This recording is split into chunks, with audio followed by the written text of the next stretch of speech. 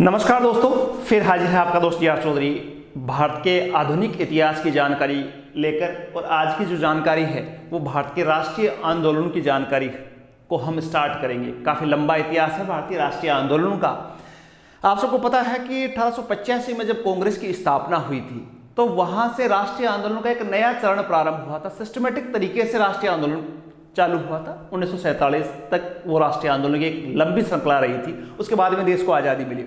लेकिन जब राष्ट्रीय कांग्रेस की स्थापना हुई थी उसके पहले कुछ ऐसे संगठन बने थे और वही संगठन धीरे धीरे आगे बढ़ते हुए एक पूरे भारतवर्ष के लिए एक संगठन का निर्माण वो उन्होंने किया था। आज की क्लास में उन संगठनों की बात करेंगे। 1885 में जब कांग्रेस की स्थापना हुई तो उसके पीछे चलेंगे हम 50 साल, और 50 साल के इतिहास को हम देखेंगे कि ऐसे कौन कौन से संगठन बड़े जो भारतीय राष्ट्रीय कांग्रेस की पृष्ठभूमि में रहे, उनकी महत्वपूर्ण भूमिकाएं रही थी। और वही संगठन धीरे धीरे आगे बढ़ते हुए एक राष्ट्रीय संगठन का रूप उन्होंने लिया था। चार बातें इस सेशन में रहेगी महत्वपूर्ण। पहली, आप सबको पता है कि जो अंग्रेज आए थे तो बंगाल में उनका प्रभाव सबसे ज्यादा प्रारंभ हुआ था, पहले प्रारंभ हुआ था। तो बंगाल में राष्ट्रीय आंदोलन की नींव भी बंगाल में पड़ी। इससे पहले हमने दयानंद राजा राम मोहन राय के बारे में पढ़ा था। तो राजा राम मोहन राय की पृष्ठभूमि भी बंगाल से रही थी। तो बंगाल के जितने भी संस्थाएं हैं उनकी चर्चा करेंगे। दूसरी, मद्रास में कुछ संस्थाएं थी उनकी चर्चा करेंगे। तीसरी, बॉम्बे में जो संस्थाएं थी उनकी चर्चा करेंगे। और चौथी, हम लंदन में भी कुछ संस्थाएं थी उनकी भी चर्चा करेंगे। चार कैटेगरी में है। एक एक को धीरे धीरे हम पढ़ेंगे, एक एक संस्था को समझेंगे। सबसे पहली जो संस्था आई थी, जो राष्ट्रीय आंदोलन जिसका महत्वपूर्ण योगदान है, राजनीतिक चेतना जागृत करने में महत्वपूर्ण योगदान है, उस संस्था का नाम था, उस संस्था का नाम था बंग भाषा प्रकाशिका सभा। बंग भाषा प्रकाशिका सभा ये संस्था बनी थी। सबसे पहली संस्था मान सकते हो इसको, बंग भाषा प्रकाशिका संस्था। नाम से पता चल रहा है कि बांग्ला भाषा में के प्रचार प्रसार के लिए यह संस्था बनी थी। नाम से ऐसा लग रहा है। लेकिन राजा राम मोहन राय जो बंगाल के प्रसिद्ध व्यक्ति थे जिसके बारे में हमने पढ़ा था, उनके अनुयायी ने इस संस्था का निर्माण किया था। और इस संस्था का निर्माण का उद्देश्य जो था वो ये था कि जो जिस समय अंग्रेजों के जो नियम कायदे कानून कायदे आ रहे थे उन कानूनों का विश्लेषण करना और लोगों को उसके प्रति जागरूक करने के लिए बंग भाषा प्रकाशिका सभा की स्थापना हुई थी। साल की बात करें तो 1836 में इसकी स्थापना हुई थी। और इसमें तीन व्यक्ति का नाम आपको याद रखना है। एक प्रसन्ना ठाकुर, एक थे कालीनाथ चौधरी और एक थे द्वारिकानाथ टैगोर। ये तीन महत्वपूर्ण, तीनों राजा राम मोहन राय के संपर्क वाले थे, अनुयायी थे। इन तीनों व्यक्तियों ने इस संस्था की स्थापना की। अब देखो, आप 1836 में जब कोई संस्था बनी होगी, आप कल्पना कीजिए 1836 आज से बहुत साल पहले की बात हो रही है, 200 साल पहले। तो उस समय शिक्षा का उतना प्रसार नहीं था। तो पहली जो संस्था बनी उसमें वो व्यक्ति थे जो संपन्न वर्ग के थे, एज ए जमींदार थे, जमींदार की पृष्ठभूमि वाले व्यक्ति थे। तो ये संस्था बंग भाषा प्रकाशिका सभा 1836 में बनी और ये सभी व्यक्ति जमींदारी परंपरा के व्यक्ति थे। सभा के अध्यक्ष की बात की जाए तो गौरीशंकर भट्टाचार्य इसके प्रथम अध्यक्ष थे और सचिव थे दुर्गा प्रसाद तरक पंचानन, ये इनके सचिव रहे थे। इस सभा के बैठकें होती थी और लोगों को जागरूक करना और ब्रिटिश कानून के बारे में लोगों की राय को जानना, उनके बारे में अपने विचार व्यक्त करना इस संस्था का मुख्य उद्देश्य था। यदि हम दूसरी संस्था की बात करें तो मैंने कहा कि पहले जो संस्था बनी थी 1837 में, उसमें भी सारे के सारे जमींदार पृष्ठभूमि के व्यक्ति थे। तो बाद में जब ये संस्था बनी तो धीरे धीरे लोगों के मन में आने लगी, जो जमींदार वर्ग था उसका नेतृत्व जो कर रहा था, उन जमींदारों के मन में आए कि यार चलो, भारत की बाद की बात है, पहले हम अपने जमींदारों के हितों की बात करने के लिए एक संस्था का निर्माण करते हैं। और उसी लिए एक संस्था का निर्माण हुआ जिसका नाम था जमींदार एसोसिएशन। जमींदार एसोसिएशन में भी वही व्यक्ति थे, द्वारकानाथ टैगोर, और एक और व्यक्ति थे राधाकांत देव। देखो, ये दोनों जमींदार थे। इसकी स्थापना 1838 में, 2 साल बाद में 1838 में इसकी स्थापना हुई। भूस्वामियों की सोसाइटी का दृष्टिकोण सीमित था। ये जो संस्था बनी जमींदार एसोसिएशन, नाम से ही पता चल रहा है इसका दृष्टिकोण सीमित था। सीमित था का मतलब ये समझ सकते हो आप, ये केवल किसकी बात करती थी? न तो कोई देश की आजादी की बात उस समय हो रही थी, न कोई आम जनता की बात हो रही थी। केवल जमींदारों के हितों की या भूस्वामियों के हितों की, भूस्वामियों की के मांग की ही वो वहां उठाई जाती थी। लेकिन अच्छी बात यह थी कि एक संगठित संस्था का निर्माण हो गया था 1838 में। दो व्यक्तियों के नाम याद रखना, द्वारकानाथ टैगोर और राधाकांत देव, 1938 में। नेक्स्ट जो संस्था थी, बंगाल ब्रिटिश इंडिया सोसाइटी। अब देखो ये जो संस्था बनी थी, इससे पहले वाले जमींदार एसोसिएशन। अब जमींदार एसोसिएशन जब बनी तो जमींदार अपनी मांगे ब्रिटिश सरकार के सामने उठाते थे, और ऐसे कोई भी कानून जब बनते थे जो जमींदारों के हितों के प्रतिकूल होते थे तो उसका वो विरोध करती थी। लेकिन अब इस संस्था में उन्होंने सोचा कि यार कुछ अंग्रेजों को शामिल कर लिया जाए ताकि हमारी बात को अंग्रेजी में वो ढंग से उठा पाए, अंग्रेज उनकी बात को भी मानेंगे। तो जमींदार एसोसिएशन आगे बढ़कर बंगाल ब्रिटिश इंडिया सोसाइटी के नाम से एक और संस्था बनाई गई और इसकी स्थापना हुई 1843 में।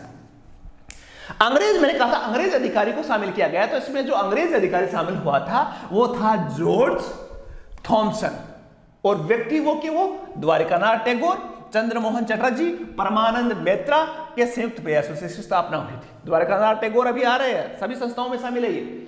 इसकी स्थापना जॉर्ज थॉमसन की सलाह पर की गई थी। ये अंग्रेज अधिकारी था, लंदन में रह रहा था, और लंदन में उन्होंने कहा कि यार एक ऐसी संस्था बनाओ जो आपकी बात को लंदन में भी व्यक्त कर पाए। आपके लिए जो कानून बनते हैं वो ब्रिटिश संसद में बन रहे थे, तो लंदन में भी अपनी बात उठाई जा सके।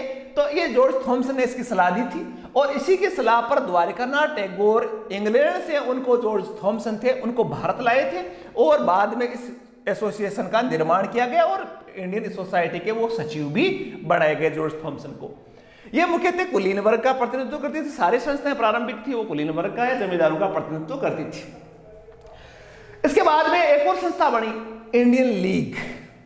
इंडियन लीग यूं कह सकते हो कि जो कांग्रेस का गठन हुआ था, भारतीय राष्ट्रीय कांग्रेस का गठन हुआ था, उसकी पूर्वगामी संस्था थी।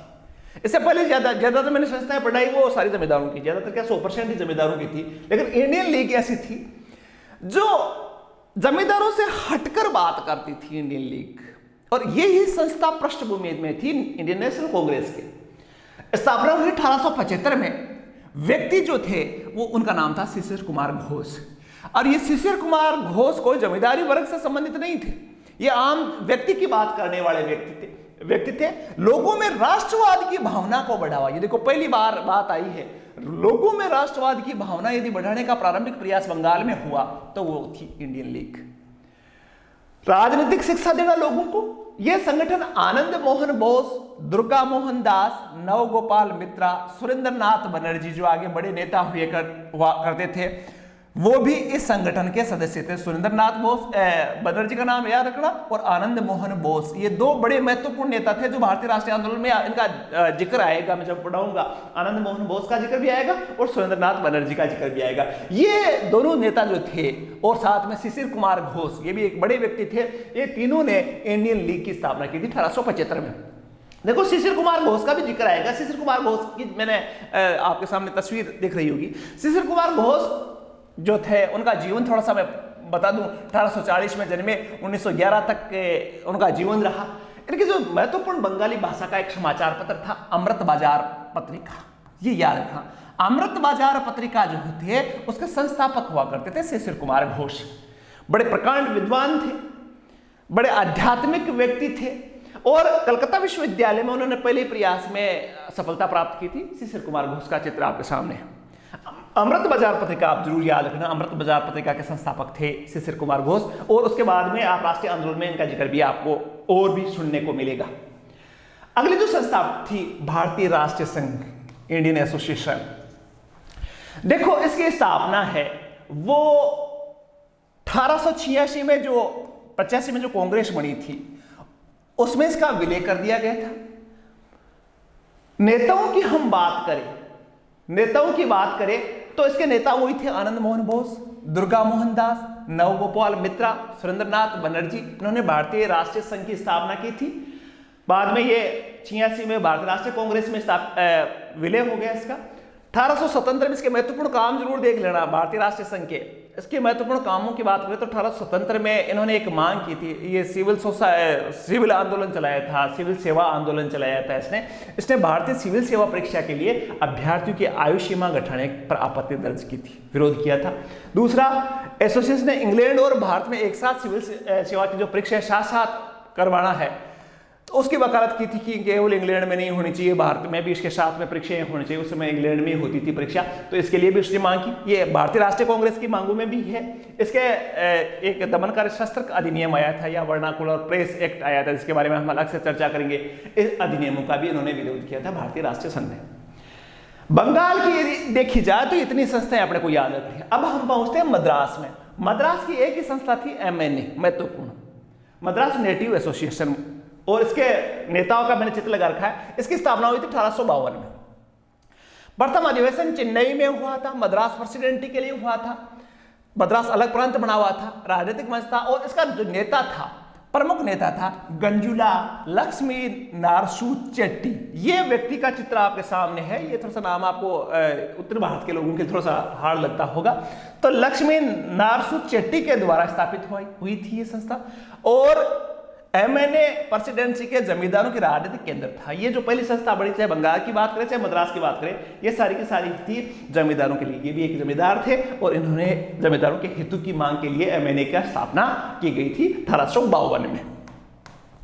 भारत में कंपनी शासन के बारे में ब्रिटिश संसद में होने वाली चर्चा ने MNA के गठन के लिए प्रेरणा दी थी। ये MNA का मुख्य उद्देश्य यही था कि लंदन में जो कानून बनते थे, तो MNA ये चाहता था कि हम अपनी जमींदारों के हितों की बात है वो लंदन में उठाए और हमारे विरुद्ध कोई कानून पारित नहीं होने दे। इसीलिए मद्रास नेटिव एसोसिएशन की स्थापना हुई थी 1852 में। मद्रास में एक छोटा सा संगठन और बड़ा था। 1862 में, ये आपको MNA की बात कर रहा था, तो 1862 में ये वापस समाप्त हो गया था। उसके बाद में महाजन सभा की स्थापना हुई। मद्रास महाजन सभा की स्थापना हुई 1884 में। ज्यादा कोई महत्वपूर्ण काम नहीं था मद्रास महाजन सभा का, वही महाजन या संपन्न वर्ग की बात ये करने वाला संस्था थी 1884 में। कार्यपालिका न्यायपालिका के पृथक्करण की बात करता था, भारतीय सरकार की संरचना में परिवर्तन की बात करता था, कृषक वर्ग की स्थिति के बारे में स्पष्ट राय रखता था। ये इनके प्रमुख मांगे थी। बंबई की जरूर बात कर ले। बंबई प्रेसिडेंसी एसोसिएशन, ये जैसे मद्रास में बनी थी वैसे ही बंबई प्रेसिडेंसी एसोसिएशन की स्थापना हुई, और उसके प्रमुख नेता जो थे वो फिरोज शाह मेहता, KT तेलंग और बदरुद्दीन तैयब जी। ये तीनों कांग्रेस के बड़े नेता थे, और इसकी स्थापना हुई थी 1885 में बंबई प्रेसिडेंसी एसोसिएशन कांग्रेस के साथ ही। एक लंदन में और संस्था बड़ी थी, इसका जिक्र जरूर बार बार आता है। ये राष्ट्रीय आंदोलन में बड़ी महत्वपूर्ण संस्था थी। इसके नेता भी दादा भाई नौरोजी बड़े मोस्ट नेता थे। ईस्ट इंडिया एसोसिएशन, इसकी स्थापना सबको पता है दादा भाई नौरोजी ने की थी। 1869 में कोलकाता और मद्रास में इसकी स्थापना हुई, लेकिन इससे पहले 1866 में इसकी स्थापना लंदन में हुई थी, ये याद रखना। ईस्ट इंडिया एसोसिएशन, और इसकी महत्वपूर्ण जो बात थी वो ब्रिटेन में भारत के लोगों को राजनीतिक जागरूकता बढ़ाना, और भारतीय लोग जो लंदन में रह रहे थे उनके कल्याण, और भारत में रह रहे लोगों के कल्याण के लिए ब्रिटेन में समर्थन जुटाना, ब्रिटेन में समर्थन, भारतीयों के प्रति समर्थन जुटाना ईस्ट इंडिया एसोसिएशन का प्रमुख उद्देश्य था।